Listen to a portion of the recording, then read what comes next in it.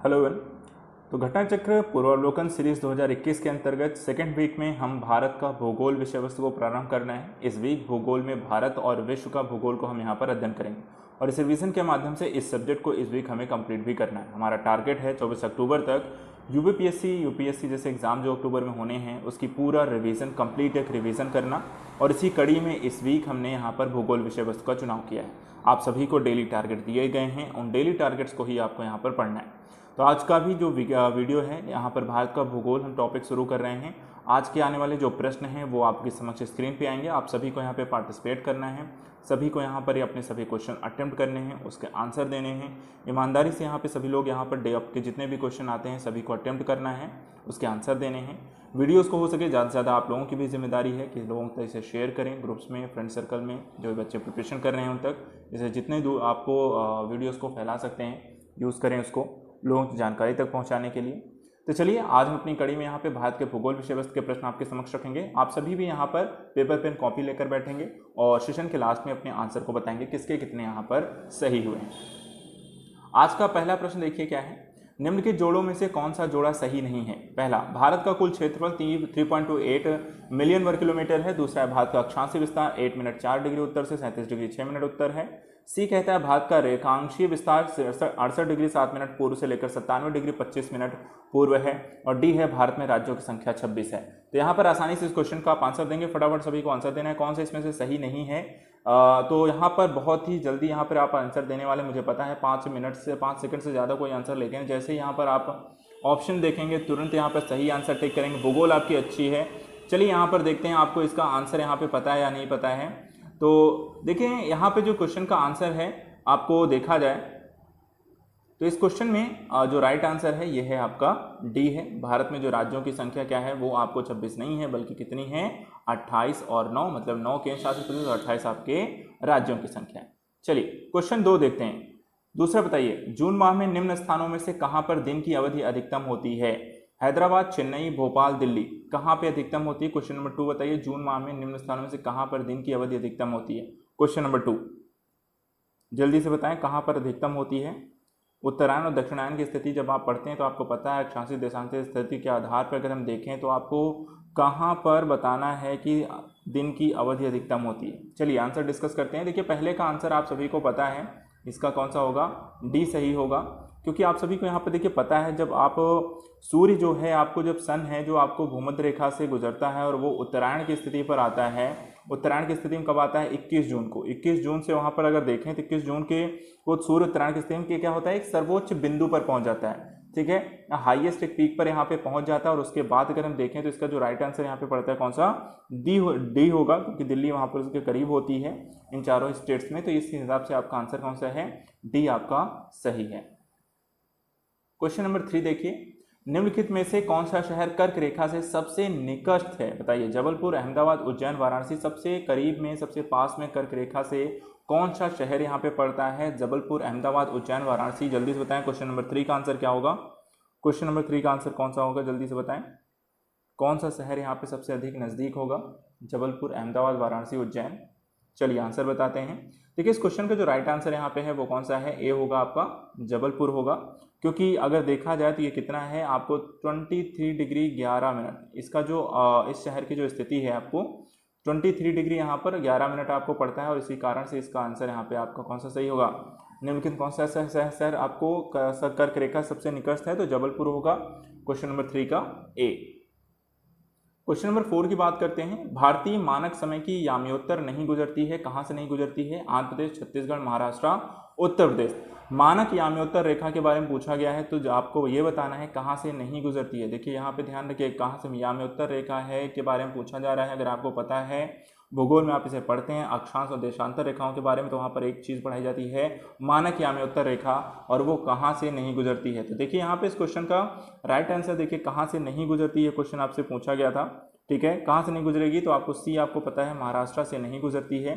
अगर हम यहाँ पर देखें भारत की एक सीधी जो देशांतर रेखा आपको यहाँ पे जाती है, ऊपर से स्टेट करें शुरू करें तो आपका यूपी से गुजरती है। ठीक है, यूपी हो गया आपका, उसके बाद आपको एमपी के स्टेट से होकर गुजरती है, फिर आपको छत्तीसगढ़ से होकर जाता है, फिर उसके बाद आपको उड़ीसा से गुजरती है, और उसके बाद आपका आंध्र प्रदेश से होकर यहाँ पर गुजरती है। लेकिन यहाँ पे ना तो महाराष्ट्र से होकर गुजरती है ना तेलंगाना से होकर गुजरती है, जबकि क्वेश्चन में पूछा गया कि यहाँ पर नहीं गुजरती है। उस लिहाज से देखा जाए तो महाराष्ट्र इसका आपका राइट आंसर है। क्वेश्चन नंबर 5 लेते हैं। निम्नलिखित कथनों पर विचार कीजिए। असम भूटान तथा बांग्लादेश सीमाओं से लगा हुआ है। पश्चिम बंगाल भूटान तथा नेपाल की सीमाओं से लगा हुआ है। मिजोरम बांग्लादेश तथा म्यांमार की सीमाओं से लगा हुआ है। तो बताइए उपरोक्त में से कौन सा सही है। तो भूगोल में इसलिए बोला जाता है मैपिंग करें। मैपिंग अगर आप करते हैं तो वहाँ पर थोड़ा सा मैप देखकर अगर आप स्टडी करें, मैप स्टडी करें, तो इस तरह क्वेश्चन का आंसर देना आसान पड़ जाता है। आई होप आप इसका आंसर पता होगा। ऑप्शन देखिए 1 2 3 है, दूसरा है 1 2, सी है 2 3 और डी है 1 3। तो जल्दी से बताएं इसका आंसर कौन सा सही है। निम्नलिखित कथनों में से कौन सा आंसर इसका राइट आंसर है। क्वेश्चन नंबर 5, क्वेश्चन नंबर 5 का आंसर बताएं, जल्दी से बताएं। क्वेश्चन नंबर 5 का आंसर कौन सा है। यहाँ पर देखिए ए सबका सही हो जाएगा, ए सबका सही हो जाएगा। भूगोल में अगर आप जाकर मैप को देखना है, मैप में अगर आप देखेंगे तो असम की सीमाएं भूटान और बांग्लादेश से लग रही हैं, पश्चिम बंगाल सीमाएं भूटान नेपाल से लग रही हैं, मिजोरम सीमाएं बांग्लादेश से नेपाल से लग रही हैं। और इस लिहाज से यहाँ पर देखें तो आपके ये सारे आंसर यहाँ पे सही होंगे। आते हैं क्वेश्चन नंबर 6 में। यदि हिमालय पर्वत श्रेणियां नहीं होती तो भारत में सर्वाधिक संभाव्य भौगोलिक प्रभाव क्या होता। पहला, देश के अधिकांश भाग में साइबेरिया से आने वाली शीत लहरों का अनुभव होता। दूसरा, सिंधु गंगा मैदान इतनी सुविस्तृत जलोढ़ मृदा से वंचित होता। तीसरा है, मानसून का प्रतिरूप वर्तमान प्रतिरूप से भिन्न होता। और उपरोक्त कथन में से कौन सा सही है। केवल एक और 3, 2 और 3 और 1 2 3। जल्दी से बताएं। यहाँ पर अगर आप देखें हिमालय पर्वत श्रेणियों की अनुपस्थिति में क्या स्थिति, भारत की भौगोलिक जो दशाएं होती उनमें क्या परिवर्तन होता, ये इसमें प्रश्न पूछा गया है। तो भौगोलिक जो संरचना अगर वर्तमान समय में देखा जाए, जो भौगोलिक संरचना आप देखते हैं उसके हिसाब से क्या परिवर्तन होगा अगर आप यहाँ पर हिमालय नहीं होता। चलिए देखते हैं इस क्वेश्चन का आंसर इसमें से क्या होगा। तो डी सही है। अगर यहाँ पर आपकी हिमालय पर्वत श्रेणियाँ ना होती तो साइबेरिया से शीतलहरों का अनुभव होता, ना तो यहाँ पे कोई मैदान होता, और वर्तमान जो मानसून है ये भी आपको ऐसी स्थिति में नहीं दिखाई देता। चलिए आते हैं क्वेश्चन नंबर 7 पे आते हैं। नेक्स्ट क्वेश्चन देखते हैं। भारत में भू आकारों की रचना के संबंध में निम्नलिखित में से कथनों में से कौन सा कथन यहाँ पर आपका सही है। ठीक है, तो पहला यहाँ पर देखिए, संरचनात्मक दृष्टि से मेघालय पठार दक्कन पठार का ही विस्तारित भाग है। दूसरा, कश्मीर घाटी की रचना एक समभिन्नति में हुई है। तीसरा है, गंगा मैदान की रचना एक अग्रगर्त में हुई है। और चौथा, हिमालय की उत्पत्ति भारतीय प्लेट, यूरोपीय प्लेट तथा चीनी प्लेट के त्रिकोणीय अभिसरण के फलस्वरूप यहाँ पर हुई है। तो जल्दी से बताएं इस कथनों में से कौन सा सही है। 1 2 3, 1 3 4, 1 3 या 2 4।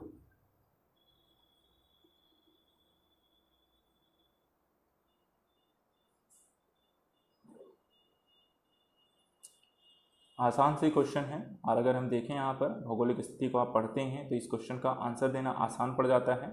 आई होप आप यहाँ पर इस क्वेश्चन के आंसर को जल्दी से सबमिट करेंगे। देखिए इस क्वेश्चन में देखा जाए तो पहले 3 जो कथनों की अगर हम चर्चा करते हैं तो यहाँ पर आपका पहला सही है, संरचनात्मक दृष्टि मेघालय पठार दक्कन पठार का ही भाग है, जो कि भ्रंशन के कारण जो भारतीय प्रायद्वीप से मालदा गैप के कारण क्या हो गया था, पृथक हो गया था। ठीक है, तो मालदा गैप के कारण यहाँ पे क्या हुआ था, ये पृथक हुआ था। कश्मीर घाटी की बात करें तो यहाँ पे एक समभिन्नति रचना है जो कि एकदम सही बात है, और गंगा नदी के मैदान की जो रचना है वो भी एक अग्रगत हुई थी। लेकिन यहाँ पर ये जो तथ्य इसमें दिया गया, चौथा आपका इसका आंसर सही नहीं होगा। तो यहाँ पर देखें तो आपका आंसर कौन सा सही है, ए 1 2 3। क्वेश्चन नंबर 7 का आंसर है 1 2 3, ए सही है। चलिए क्वेश्चन नंबर 8 की बात करते हैं। सूची 1 को 2 से यहाँ पर सुमेलित करना है। एक तरफ सूची दी हुई है आपके, जैसे दक्कन ट्रैप, पश्चिमी घाट, अरावली, नर्मदा ताप्ती, जलोढ़ निक्षेप।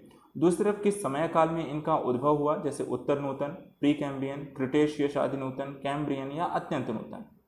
तो ऑप्शन देख लेते हैं। पहला देखिए 3 5 1 4 है, बी है 3 1 2 5, सी है 2 1 3 4 और डी है 1 4 2 5। तो आप सभी को आराम से अच्छे समझ के पढ़ के अगर आता है तो आप आंसर दीजिए, नहीं आता है तो भी हमें सीखेंगे यहाँ पे इसका राइट आंसर क्या होगा। जैसा कि हम डेली कहते हैं, हमेशा कहते हैं हर सेशन में कि सेशन ज्वाइन करने का 2 तरीका है। एक तो आप तो चलो ठीक है आता है तो उसका रिवीजन हो गया, नहीं भी आता है तो हमें वहाँ पर जो चीज़ें गलत हो रही हैं उसे हम सुधार सकते हैं, उसे सही कर सकते हैं। चलिए देखते हैं क्वेश्चन नंबर 8 का। देखिए इसमें से जो राइट आंसर है वो है आपका बी। यदि आप बी आंसर के साथ गए तो यहाँ पे सही है, A3, B1, C2, D5। कहने का मतलब ये है कि यहाँ पर दक्कन जो ट्रैप हुआ है की उत्पत्ति हुई थी, कब हुई थी, तो क्रिटेशियस काल में हुई थी, तीसरा ऑप्शन होगा। इसी तरह से पश्चिम घाट पर्वत की सेनोजोइक अर्थात उत्तर नूतन काल में, इसके बाद अरावली की बात करें तो वो आपको प्री कैम्ब्रियन युग में हुई, और नर्मदा ताप्ती जलोढ़ निक्षेप अत्यंत नूतन काल में, इसलिए 3125 इसका राइट आंसर। क्वेश्चन नंबर 9 देखते हैं। जब आप हिमालय की यात्रा करेंगे तो आप निम्नलिखित को देखेंगे, क्या देखेंगे? पहला, गहरे गड्ढे, दूसरा, यू घुमाव वाली नदी मार्ग, तीसरा, समानांतर पर्वत श्रेणियां, चौथा, भूस्खलन के लिए उत्तरदायी तीव्र ढाल प्रवणता। तो जल्दी से बताएं, जब आप हिमालय के तरुण वलित पर्वत के साक्ष्य में से कौन सा होगा नवीन, जो कि आपको एक देखा जाए तो नवीन मोड़दार पर्वत की बात भी कहते हैं। तो क्वेश्चन नंबर 9 का इसमें से राइट आंसर बताएं, जल्दी से बताएं, आसान सा क्वेश्चन है, बहुत समय नहीं लेना है। जब भी आप हिमालय की ओर जाते हैं, हिमालय की यात्रा आप करेंगे, तो इन चारों में से क्या मिलता है ये आपको बताना है, किस तरीके की आपकी स्थितियाँ आपको देखने को मिलेंगी। तो जल्दी से अपने आंसर देना है कि इसका क्या होगा 1 2 3 4 में से।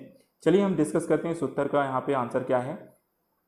देखिए, सबसे जो जरूरी पहलू यहाँ पर बताया गया कि देखिए आपका ये सही है कि हिमालय क्या है, एक तरुण वलित पर्वत की बात कही जाती है, और जब इस वलित पर्वत की हम बात करें तो यहाँ पर आपको गहरे गड्ढे भी मिलेंगे, आपको जो नदियाँ हैं वो आपको यू घुमाव वाले नदी मार्ग मिलेंगे, समानांतर पर्वत श्रेणियाँ भी मिलेंगी, और भूस्खलन के लिए उत्तरदायी तीव्र ढाल प्रवणता जैसे लक्षण भी आपको इसमें देखने को मिलेंगे। तो इस तरीके से अगर हम बात करें तो ये क्या है, सभी नवीन मोड़दार पर्वतों की भू आकृतिक लक्षण के प्रमुख स्थान की बात करते हैं। अब ऑप्शन अगर हम देखें तो इस लिहाज से आपका ऑप्शन होगा डी इसका राइट आंसर है, सही होगा। 9 का डी जितने लोगों ने टिक किया है आपका आंसर सही है। चलिए क्वेश्चन नंबर 10 के देखते हैं। पर्वत श्रेणियों के बारे में से काफ़ी सारे क्वेश्चन एग्जाम में पूछे जाते हैं। जैसे यहाँ पर है कि दक्षिण से उत्तर की दिशा की ओर अगर हम देखें तो क्रम से आपको कौन सी पर्वत श्रेणियाँ यहाँ पर पड़ेंगी उसका आंसर देना है, ठीक है। ए है जास्कर, पीर पंजाल, लद्दाख, काराकोरम। बी है पीर पंजाल, जास्कर, लद्दाख, काराकोरम। तीसरा है काराकोरम, लद्दाख, जास्कर, पीर पंजाल। डी है पीर पंजाल, लद्दाख, जास्कर, काराकोरम। तो बताइए यहाँ पर जब आप दक्षिण से उत्तर दिशा की ओर आप पर्वत श्रेणियों को अगर देखते हैं तो यहाँ पर कौन सी पर्वत श्रेणियाँ पहले आएंगी और कौन सी सबसे बाद में आती हैं। चलिए फटाफट अपने आंसर दीजिए। इस क्वेश्चन का आंसर आसान है, आप सभी इसको जानते हैं। पर्वत श्रेणियों के बारे में जो चैप्टर है उसे अगर आप पढ़ते हैं तो वहाँ पर इसके बारे में अच्छे से हमें जानकारी मिलती है, पर्वत श्रेणियों के बारे में अच्छे से जानकारी मिलती है। चलिए देखते हैं इस क्वेश्चन का आंसर इसमें से क्या है। तो देखिए, यदि आप यहाँ पर बी के साथ गए तो आपका सही है, क्योंकि जब भी हम साउथ टू यहाँ पे नॉर्थ जाते हैं, ठीक है, तो ये पर्वत श्रेणी सबसे पहले कौन सी पड़ती है? पीर पंजाल पड़ती है। उसके बाद देखा जाए तो जास्कर आता है, फिर लद्दाख आती है, और लास्ट में हम देखें तो आपका काराकोरम आता है। और पीर पंजाल की बात करें तो ये आपके मध्य हिमालय का क्षेत्र है, ठीक है। किसका है? आपका मध्य हिमालय वाला एरिया जो आता है वो यहाँ पर इसका आपका पड़ता है। और जबकि अन्य जो है वो क्या है, इसके बाद के अगर हम देखें जास्कर से लेकर लद्दाख और काराकोरम, ये आपको देखा जाए तो ट्रांस हिमालयन का हिस्सा है। किसका है? ट्रांस हिमालयन का हिस्सा है। तो इस तरीके से यहाँ पर दोनों अलग अलग श्रेणियों के अंतर्गत आपको आती हैं। चलिए क्वेश्चन नंबर 11 देखते हैं। निम्नलिखित समूहों में से कौन सा पूर्व से पश्चिम की ओर पर्वत शिखरों का सही क्रम है? ठीक है, पहला है एवरेस्ट, कंचनजंगा, अन्नपूर्णा, धौलागिरी। बी है कंचनजंगा, एवरेस्ट, अन्नपूर्णा, धौलागिरी। सी है कंचनजंगा, धौलागिरी, अन्नपूर्णा, एवरेस्ट। और डी है Everest, Kanchenjunga, Dhaulagiri, Annapurna. Question number 11 का आंसर बताएं, इसमें से कौन सा यहाँ पे सही होगा? ए बी सी डी में से कौन सा यहाँ पर राइट आंसर होगा? एवरेस्ट, कंचनजंगा, अन्नपूर्णा, धौलागिरी, या बी होगा, या सी होगा, या डी होगा? जब भी आप पर्वत श्रेणियों की बात करते हैं तो पूर्व से पश्चिम की ओर बात करनी है। एक चीज़ ध्यान रखना है, आपका जो आंसर होना चाहिए वो किसी ओर से होना, पूर्व से पश्चिम की ओर। आंसर आपको जो देना है वो कैसा होना चाहिए? आपको पूर्व से पश्चिम की ओर इसका आंसर देना है। तो चलिए आइए देखते हैं यहाँ पर आपका इसका आंसर क्या है, ठीक है। तो ए बी सी डी में से यहाँ पर आपको राइट आंसर इसका बताना है, वो आपको इसका आंसर यहाँ पर देना है। चलिए देखते हैं यहाँ पर इस क्वेश्चन का राइट आंसर क्या है। तो यहाँ पर देखा जाए तो आपका राइट आंसर है बी, ठीक है। यदि आप बी के साथ गए तो यहाँ पर इसका आंसर सही है, Kanchenjunga, Everest, Annapurna, Dhaulagiri. Question number 12 देखते हैं। हिमालय की पहाड़ी श्रृंखला में ऊंचाई के साथ निम्न कारणों से वनस्पति में परिवर्तन आता है: तापमान में गिरावट, वर्षा में बदलाव, मिट्टी का अनुपजाऊ होना, या तेज हवा।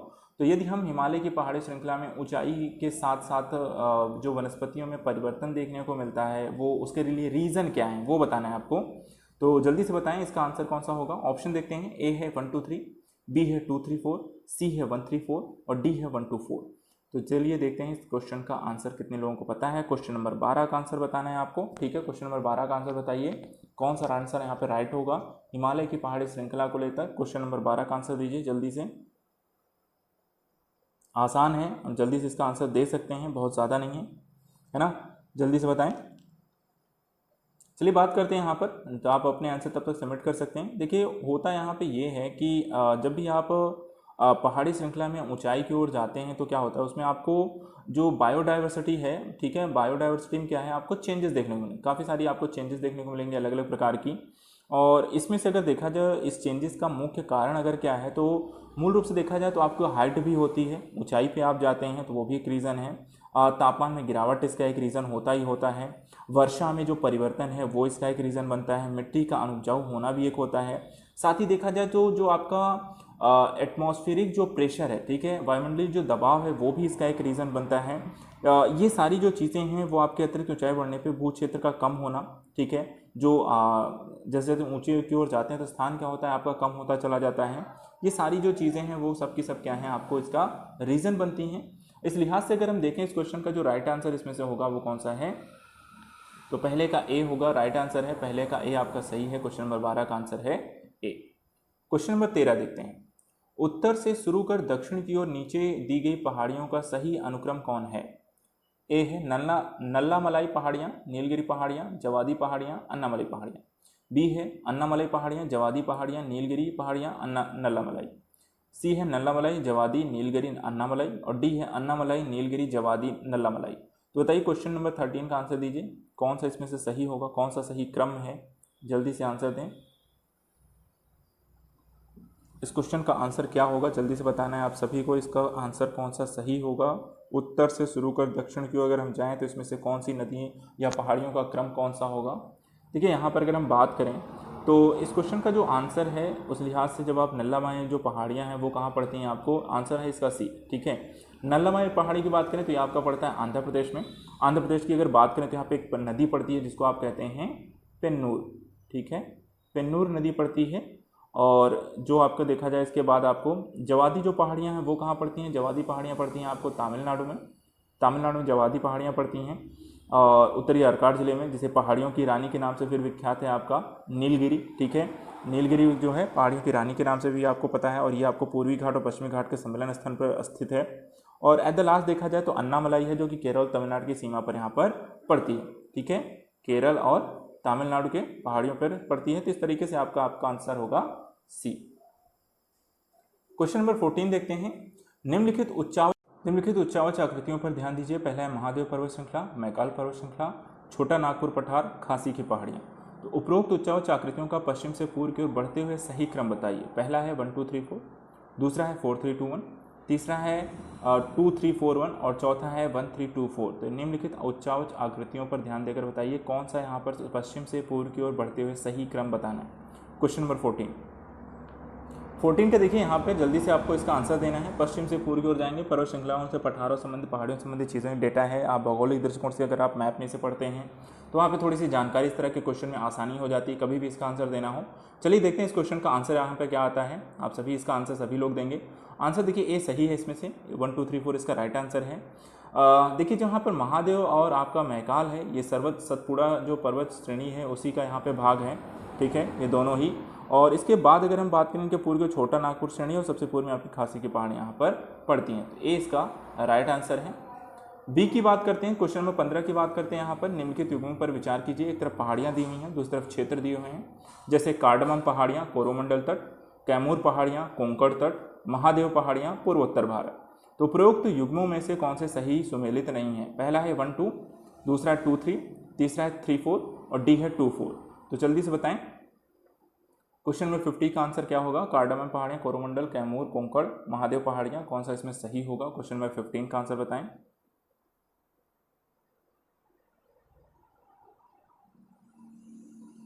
क्वेश्चन नंबर 15 का राइट आंसर कौन सा होगा? जल्दी से बताना है, सभी को आंसर दीजिएगा, सभी लोगों को पार्टिसिपेट करना है।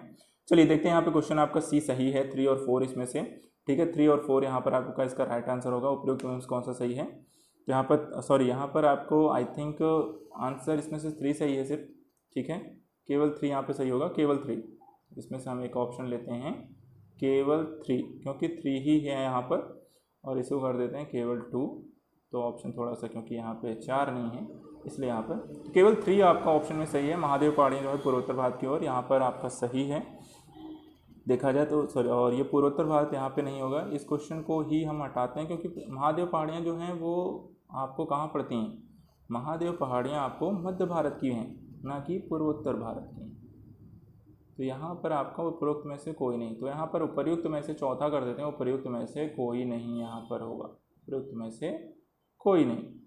ठीक है, तो यहाँ पर क्योंकि टाइपिंग इशू हुई है, कहीं ना कहीं एक को चौथा ऑप्शन नहीं दिया गया हो, तीसरा को क्वेश्चन टाइप कर दिया गया, चौथे का ऑप्शन यहाँ पे जोड़ दिया गया, ये क्वेश्चन हो गया है गलत पूरी तरीके से।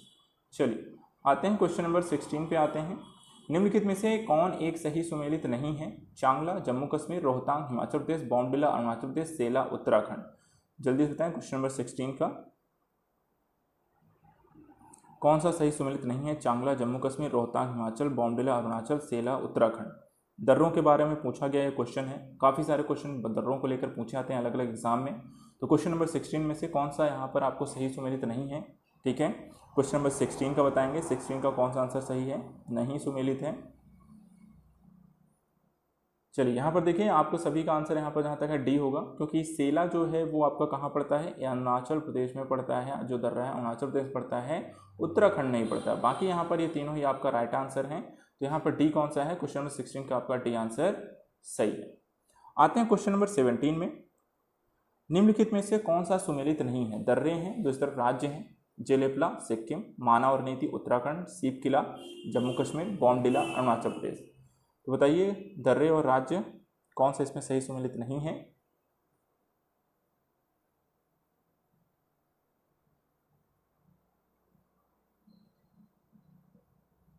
जल्दी से बताएं इसमें से कौन सा आंसर सही है, कौन सा सही होगा, जल्दी कौन सा सुमेलित नहीं है, जल्दी बताएं। चलिए देखते हैं यहाँ पर इस क्वेश्चन के आंसर के बारे में। देखिए यहाँ पर जेलेपला जो है वो आपका पूर्वी सिक्किम में पड़ता है, ठीक है, लहासा जो तिब्बत से जोड़ते हुए, ये इसका आपका उत्तर सही है। माना और नीत के बारे में बोलें तो यहाँ पर आपको ये भी जो है उत्तराखंड की पहाड़ियों में तिब्बत को जोड़ने वाली ये भी दोनों हैं, तिब्बत को ये भी दोनों जोड़ती हैं। जहाँ पर थोड़ा अगर ऊंचाई की बात करें तो यहाँ पर नीति जो है वो करीब आपको 5068 मीटर की है, वहीं माना की भी आपको 5608 की है।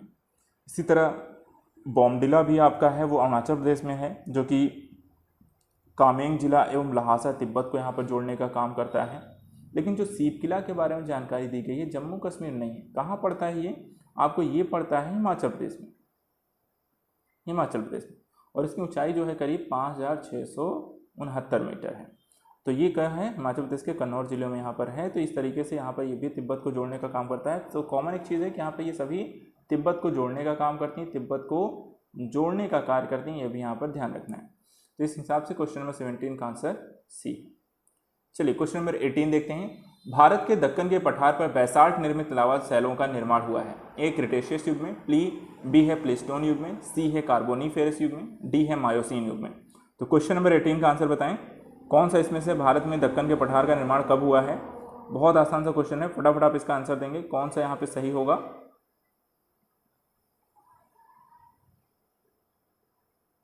चलिए जल्दी से बताएं क्वेश्चन नंबर 18 का आंसर इसमें से कौन सा है? क्वेश्चन नंबर 18 का आंसर कौन सा होगा?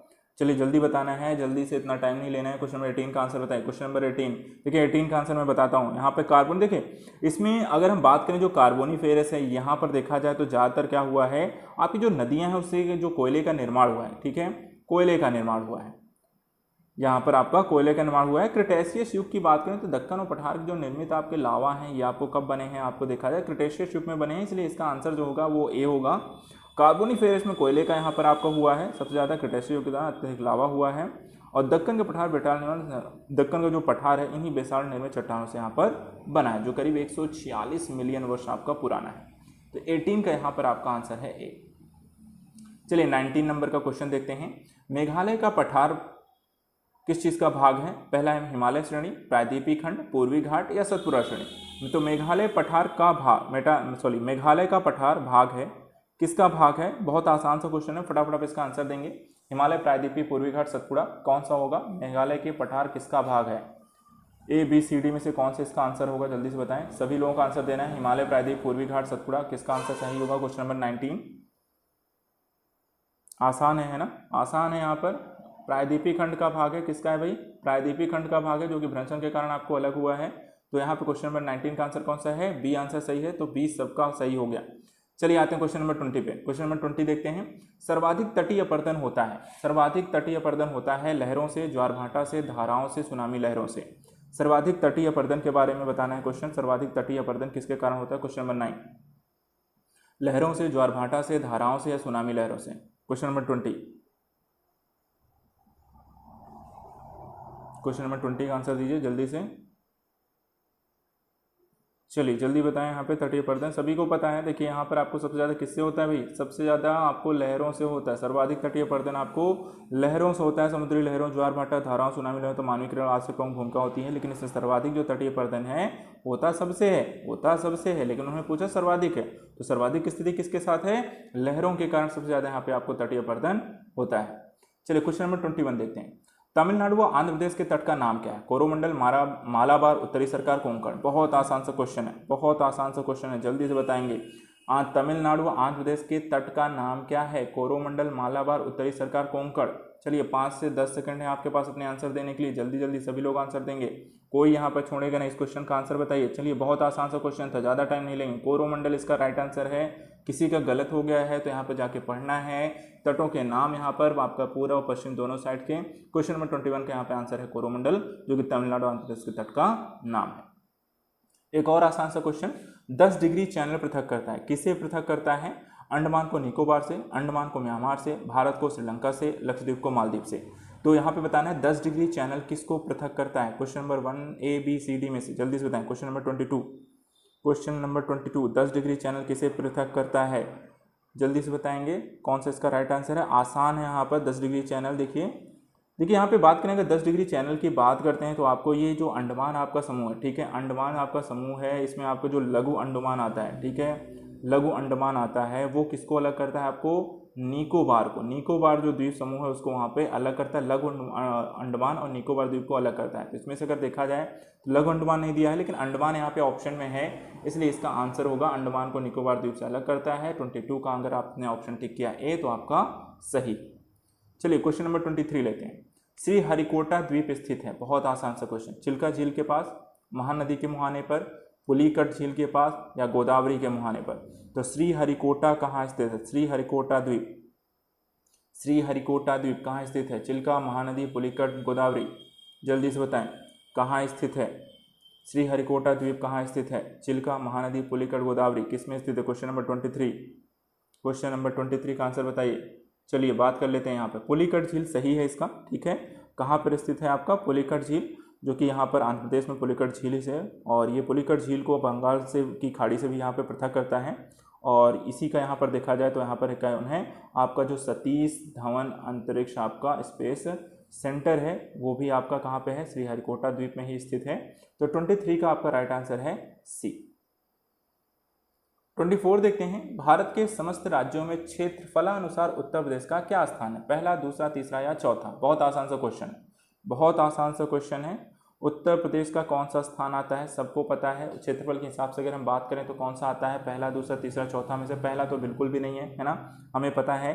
पहला किसका है, पहला स्थान आपका किसका है, राजस्थान का है। पहला स्थान किसका है भाई, राजस्थान का है। राजस्थान का वर्ग किलोमीटर कितना है, तो यहाँ पर देखिए 3,42,000 करीब 239 वर्ग किलोमीटर राजस्थान का है। दूसरा स्थान भी नहीं है, दूसरा स्थान किसका है भाई, एमपी का है। एमपी का कितना है, 3,08,252 वर्ग किलोमीटर का है, तो सेकंड स्थान भी एमपी का है। अब अच्छा तीसरा और चौथा, तीसरा है या चौथा है, तो बात करें तो तीसरा किसका है भाई, तीसरा आपका महाराष्ट्र का है। तो बचेगा यहाँ पर महाराष्ट्र कितना है, 3,07,713 वर्ग किलोमीटर है। और चौथा स्थान यहाँ पर आपके यूपी का है, करीब 2,40,928 वर्ग किलोमीटर। यहाँ पर इसलिए डी आपका राइट होगा, डी आंसर सही है। क्वेश्चन नंबर 24 का डी आपका सही है। क्वेश्चन नंबर 25 बताइए, निम्नलिखित राज्यों में से कौन से उत्तर प्रदेश के सीमावर्ती हैं, पंजाब, राजस्थान, छत्तीसगढ़, झारखंड। नीचे दिए गए कूट का प्रयोग कर सही उत्तर चुनिए, 1 2 3 4, 2 3 4, 1 4 या 1 3। आसान है, यूपी का मैप देखा होगा तो आसान है। इस तरह का मैंने पहले कहा, जब भी आपको मैप से क्वेश्चन बहुत आते हैं, इसलिए मैप की स्टडी करना बहुत ज़रूरी है। भूगोल में मैप की स्टडी करना बहुत ज़रूरी है। चलिए देखते हैं, क्वेश्चन नंबर 25 का आंसर देना है। वैसे है आसान, आप आसानी से टिक कर सकते हैं इस क्वेश्चन के आंसर को।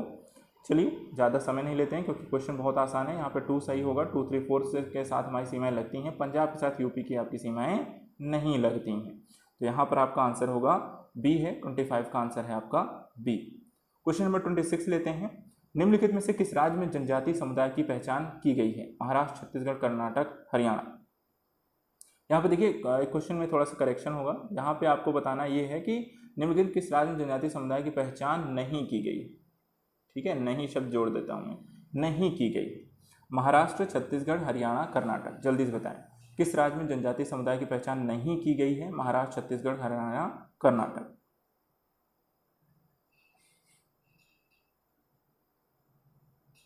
चलिए इसका आंसर देखते हैं, जल्दी से सभी लोग बताएंगे। देखिए यहाँ पर अगर 2011 की जो जनगणना हुई थी हमारी, 2011 की जो जनगणना हुई थी उसमें अगर हम बात करें तो आपका पंजाब, चंडीगढ़, दिल्ली, पुडुचेरी, यहाँ पर आपको अगर देखा जाए तो जनजातीय समुदाय की स्थिति नहीं पाएगी। और यहाँ पर जो स्टेट दिया हुआ है इसमें जो हरियाणा है वहाँ पर भी कोई जनजातीय समुदाय को पहचान नहीं की गई। आंसर आपका इसमें सी सही होगा। ध्यान रखिएगा 2011 की जनगणना के अनुसार हरियाणा, पंजाब, चंडीगढ़, दिल्ली और पुडुचेरी में आपको जनजातीय समुदाय की पहचान नहीं की गई है 2011 की जनगणना के अनुसार। क्वेश्चन नंबर 26 का आंसर है आपका सी। 27 देखते हैं। एक तरफ जनजाति दी हुई है, दूसरी तरफ राज्य दिए हुए हैं।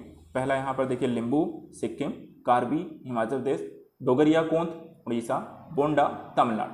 तो उपर्युक्त युग्मों में से कौन से सही सुमेलित हैं? पहला तीसरा, दूसरा चौथा, पहला तीसरा चौथा या 1 2 3 4? बताइए क्वेश्चन नंबर 27 का आंसर कौन सा सही होगा? आराम से पढ़िए और उसके बाद आंसर दीजिएगा। ठीक है, आराम से पढ़ के इसका आंसर देना है। कौन सा यहाँ पे होगा? निम्नलिखित युग्मों में से सही युग्म, सही विचार युग्मों पर विचार करते हुए सही आपको कथन का चुनाव करना है। इसमें से सही कौन सा है? जल्दी से बताएं। निम्नलिखित युग्मों पर विचार करते हुए जनजाति और राज्य बताए गए हैं लिम्बू, कार्ती, डोगरिया, बोंडा।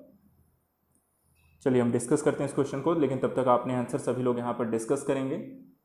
देखिए यहाँ पे जो लिम्बू है जिसके हम याक थुंग, ठीक है, लिम्बू को हम क्या बोलते हैं? याक थिंग। इसको हम इस जनजाति के नाम से भी जानते हैं। ये आपको सिक्किम में भी है, नेपाल में है, भूटान में है और तिब्बत में भी है, पाई जाती हैं। जबकि जो कार्बी है जिसको हम यहाँ पर निकिर जनजाति भी कहते हैं। ठीक है, क्या बोलते हैं हम इसको? निकिर जनजाति बोलते हैं। ये अगर बात करें तो आपके पूर्वोत्तर भारत में पाई जाती हैं। कहाँ पाई जाती हैं? आपको कार्बी जो है आपको पूर्वोत्तर भारत में, मूल रूप से आपको आसाम में पाई जाती है और पूर्वोत्तर के क्षेत्रों में भी पाई जाती है। इसी तरीके से आसाम के कार्बी अंगलांग जिले में इनका सघन वास है। जो डोंगरिया कोंथ हैं ये आपको उड़ीसा में ही पाए जाते हैं और जो बोंडा जनजाति है वो भी आपका संबंध आपका कहाँ से है? उड़ीसा से। ठीक है, तो यहाँ पर अगर हम देखें तो कौन कौन सा सही है? तो पहला और तीसरा है इसका राइट आंसर है, तो ए इसका सही है। जबकि दूसरा कार्बी जो है कहाँ पाई जाती है? आपको आसाम में और बोंडा भी आपको तमिलनाडु में, इसलिए पहले का यहाँ पर आपका ए सही है। क्वेश्चन नंबर 28 देखते हैं। निम्नलिखित भारत की सबसे बड़ी जनजाति कौन सी है? टोडा, गोंड, भील, गारो। आसान सा क्वेश्चन है, आसान क्वेश्चन है, जल्दी से आंसर दीजिए। यहाँ पे सबसे बड़ी जो जनजाति है वो कौन सी है? भारत की सबसे बड़ी जनजाति कौन सी है? टोडा, गोंड, भील, गारो। भारत की सबसे बड़ी जनजाति बतानी है। क्वेश्चन नंबर 28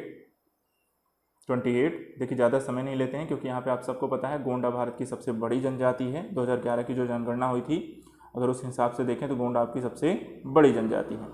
चलिए ऑप्शन में यहाँ पर देखा जाए एक चीज़ और है, एक चीज़ ध्यान रखेंगे। प्रश्नकाल के दौरान भारत की सबसे बड़ी जनजाति यहाँ पर गोंड थी, लेकिन 2011 की जनगणना के आंकड़ों के आधार पर भील जनजाति समूह की जो जनसंख्या है वो करीब कितना है? भील की यहाँ पर देखा जाए तो 17,71,049 है और जो आपकी गोंड जनजाति समूह की जनसंख्या है वो करीब आपका 1,32,56,928 है। तो 20 का राइट आंसर है। चलिए 29 देखते हैं। हिंदी के पश्चात कौन सी भाषा भारत में सबसे अधिक बोली जाती है? ठीक है, बंगाल, तेलुगु, तमिल, मराठी। क्वेश्चन नंबर 29 कौन सा यहाँ पर हिंदी के पश्चात कौन सी भाषा भारत में सबसे अधिक बोली जाती है? जल्दी बताएं। देखिए 2011 की जनगणना का सर बताना है हिंदी के पश्चात कौन सी भाषा सबसे अधिक बोली जाती है? बंगाल, तेलुगु, तमिल, मराठी। ABCD जल्दी से बताएं कौन सा सही होगा। सभी को पता है? नहीं पता है देखिए यहाँ पे पता चल जाएगा, आंसर की कोई प्रॉब्लम नहीं है, लेकिन पार्टिसिपेट सभी को करना है, सभी क्वेश्चन का आंसर सबको देना है। चलिए बात करते हैं। देखिए 2011 की जो जनगणना हुई उसमें हिंदी सबसे ज़्यादा एक बोली जाने वाली भाषा थी, लेकिन उसके बाद जो क्रमशः यहाँ पर दूसरी और तीसरी सबसे ज़्यादा बोली गई तो सेकंड आपका आता है बंगाली का, ठीक है, और तीसरे नंबर पे यहाँ पे तेलुगु आई। ठीक है, तेलुगु यहाँ पे, तो सेकंड और थर्ड आपका क्रमशः बंगाल और तेलुगु बोली गई, सबसे ज़्यादा आपको हिंदी। तो यहाँ पर आपको पूछा गया, इसलिए क्वेश्चन का आंसर जो होगा वो आपका ए सही है, बंगाल या बंगाली। चलिए आज का अपना अंतिम प्रश्न लेते हैं, क्वेश्चन नंबर 30 लेते हैं, क्वेश्चन नंबर 30 लेते हैं। निम्नलिखित कथनों का परीक्षण करें, नीचे दिए गए कूट का सही उत्तर चुनें। पहला, देवप्रयाग अलकनंदा एवं भागीरथी नदी के संगम पर स्थित है। दूसरा है, रुद्रप्रयाग अलकनंदा एवं मंदाकिनी नदी के संगम पर वह स्थित है। तीसरा, अलकनंदा नदी बद्रीनाथ से बहती है। और चौथा, केदारनाथ आदि शंकराचार्य द्वारा स्थापित सबसे बड़ी पीठ के रूप में मानी जाती है। कूट नीचे दिए गए हैं 1 2 3 2 3 4 1 2 4 1 2 3 4। तो निम्नलिखित कथनों का परीक्षण करें, नीचे दिए गए कूट का सही उत्तर करें, बताना है आपको, जल्दी से बताएं। भागीरथी नदी के बारे में है, भागीरथी नदी से संबंधित यहाँ पे एक कथन दिया हुआ है, आपको बताना है इसमें से कौन सा सही है। भारत की सबसे बड़ी वाह नदी कौन सी है, क्वेश्चन नंबर 30, सॉरी निम्नलिखित, ये जल्दी से बताना है, इस क्वेश्चन का आंसर बताना है कौन सा इसमें सही होगा, कौन सा कथन यहाँ पे सही है, क्वेश्चन नंबर। चलिए आंसर के डिस्कस करते हैं। यहाँ पर देखा जाए, आप सभी को पता है ए इसका सही है यहाँ पर, ठीक है। तो यहाँ पर पहला, दूसरा और तीसरा, ये तीनों ही ऑप्शन यहाँ पर आपको सही हैं। यहाँ पर डी यहाँ पर आपका सही नहीं है, क्योंकि 4 पीठों बद्रीनाथ पर यहाँ पर उन्होंने आपको सबसे बड़ी पीठ के यहाँ पर आपको स्थापना की है, ठीक है, ना कि केदारनाथ में। तो इस तरीके से यहाँ पर आपका आंसर है 1 2 3। तो आज के लिए फिर इतना ही। नेक्स्ट सेशन में हम और भी प्रश्नों के साथ यहाँ पर आपको मिलेंगे। आज का किसका परफॉर्मेंस कैसा रहा, सभी लोग यहाँ पे सबमिट करें। क्वेश्चन 30 क्वेश्चन में से किसका कितने यहाँ पे सही हुए हैं। कल और भी ज़्यादा प्रश्नों के साथ हम यहाँ पर उपस्थित होंगे, और जो भी टॉपिक होगा कल का वो भी आपको शेयर किया जाएगा। आप सभी यहाँ पर इस क्वेश्चन का रिवीजन कर लीजिएगा। PDF जो होगा वो आपको टेलीग्राम ग्रुप में यहाँ पर मिल जाएगी। टेलीग्राम ग्रुप आपको पता है यहाँ पर, ठीक है, कौन सा ज्वाइन करना है, UP exam prep with Ravendra sir, ठीक है। यहाँ पर आपको इस टेलीग्राम ग्रुप को आप ज्वाइन कर लेंगे। यहीं पर अभी जो आपको सेशन होता है डेली का टेस्ट, वो आपको इसमें शेयर कर दिया जाएगा। तो कल मिलते हैं सेम टाइम पे आपको। और बाकी जो सेशन देखिए टाइमिंग आपका चेंज हुआ है, अब हम डेली आपको 7 से 8 यहाँ पर आपको मिलेंगे। कभी कभी लेट हो जाता है तो उसके यहाँ पर टेंशन मत लीजिएगा। तो जल्दी से यहाँ पर मिलते हैं और उसके बाद फिर हम बाकी डिस्कस करेंगे। Thank you so much.